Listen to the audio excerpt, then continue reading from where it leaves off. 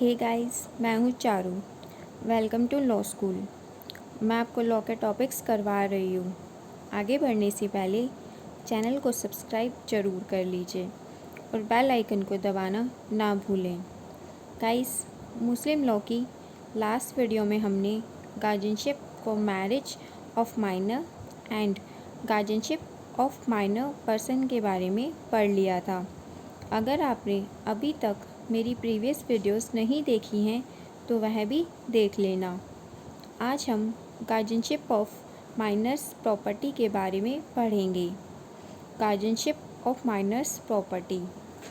अगर कोई माइनर किसी मूवेबल या इमूवेबल प्रॉपर्टी का ओनर है तो उस प्रॉपर्टी को मैनेज करने के लिए किसी मेजर पर्सन का गार्जियन होना ज़रूरी है जो उस प्रॉपर्टी को मैनेज कर सके। गार्जियनशिप ऑफ माइनर्स प्रॉपर्टी को हम फर्दर 3 पार्ट्स में डिवाइड कर सकते हैं। फर्स्ट है लीगल या नेचुरल गार्जियन। सेकंड है गार्जियन अपॉइंटेड बाय कोर्ट जिसे हम सर्टिफाइड गार्जियन भी बोलते हैं। थर्ड है डिफैक्टो गार्जियन। फर्स्ट है लीगल या नेचुरल गार्जियन। माइनर चाइल्ड की प्रॉपर्टी के लिए लीगल गार्जियन इस ऑर्डर में हो सकते हैं। फर्स्ट है फादर। सेकंड है executor appointed by the father's will.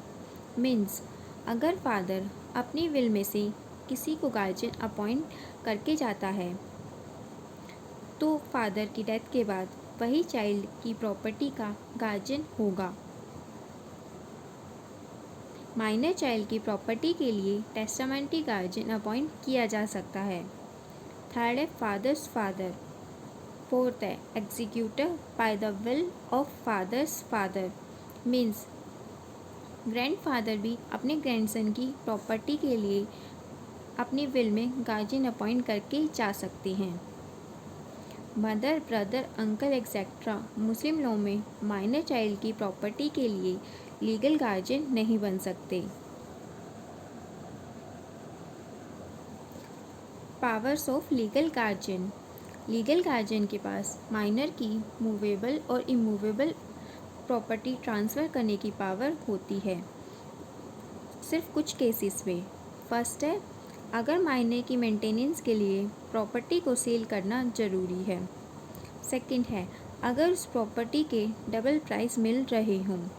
Third है अगर प्रॉपर्टी से आने वाली इनकम कम है और उस प्रॉपर्टी पर खर्चे ज़्यादा हो रहे हैं। फोर्थ है अगर प्रॉपर्टी ख़राब हो रही हो। फिफ्थ है अगर कोई डेब्ट है जो चुकानी हो उसे चुकाने के लिए प्रॉपर्टी को सेल करने के अलावा और कोई चॉइस नहीं है।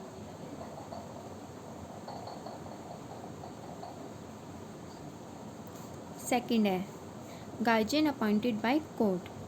अगर नेचुरल या लीगल गार्जियन नहीं है तो उस केस में कोर्ट माइनर की प्रॉपर्टी की प्रोटेक्शन और देखभाल के लिए गार्जियन अपॉइंट कर सकती है।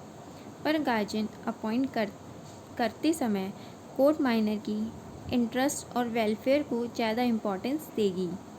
बिना कोर्ट की परमिशन के कोर्ट द्वारा अपॉइंट किया गार्जियन ना तो इमूवेबल प्रॉपर्टी को चार्ज पर दे सकता है।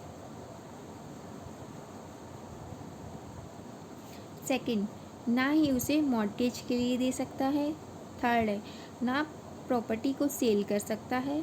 फोर्थ है ना प्रॉपर्टी एक्सचेंज कर सकता है। फिफ्थ है और ना ही माइनर की इमूवेबल प्रॉपर्टी को 5 साल या उससे ज़्यादा के लिए लीज पर दे सकता है। और अगर माइनर मेजर होने वाला है तो उसके मेजर होने के 1 साल तक ही वह प्रॉपर्टी लीज पर दी जा सकती है। थर्ड है डिफैक्टो गार्जियन।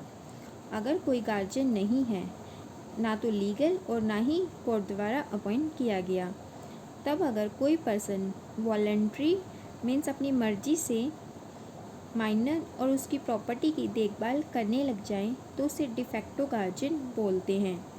डिफैक्टो गार्जियन की पोजीशन लीगल गार्जियन और कोर्ट द्वारा अपॉइंट किए गार्जियन से अलग होती है। डिफेक्टो गार्जियन के पास माइनर की प्रॉपर्टी को ट्रांसफ़र करने की कोई पावर नहीं होती। केस है मोहम्मद अमीन वर्सेस अकील अहमद। इस केस में कोर्ट ने हेल्ड किया था कि डिफेक्टो गार्जियन के पास माइनर की प्रॉपर्टी को ट्रांसफ़र करने की कोई पावर नहीं होती, चाहे इस प्रॉपर्टी से माइनर का बेनिफिट ही क्यों ना हो रहा हो। तब भी डिफेक्टो गार्जियन के पास माइनर की प्रॉपर्टी ट्रांसफ़र करने की पावर नहीं होगी। गाइस, हमारा गार्जियनशिप का टॉपिक आज कंप्लीट हो गया है। अगर आपका कोई क्वेश्चन हो या कोई डाउट हो तो आप मुझसे कमेंट बॉक्स में पूछ सकते हैं। कल से हम मुस्लिम लॉ का कोई न्यू टॉपिक स्टार्ट करेंगे। वीडियो अगर अच्छी लगी हो तो लाइक ज़रूर करना और अपने फ्रेंड्स के साथ शेयर करना मत भूलना। Thank you guys.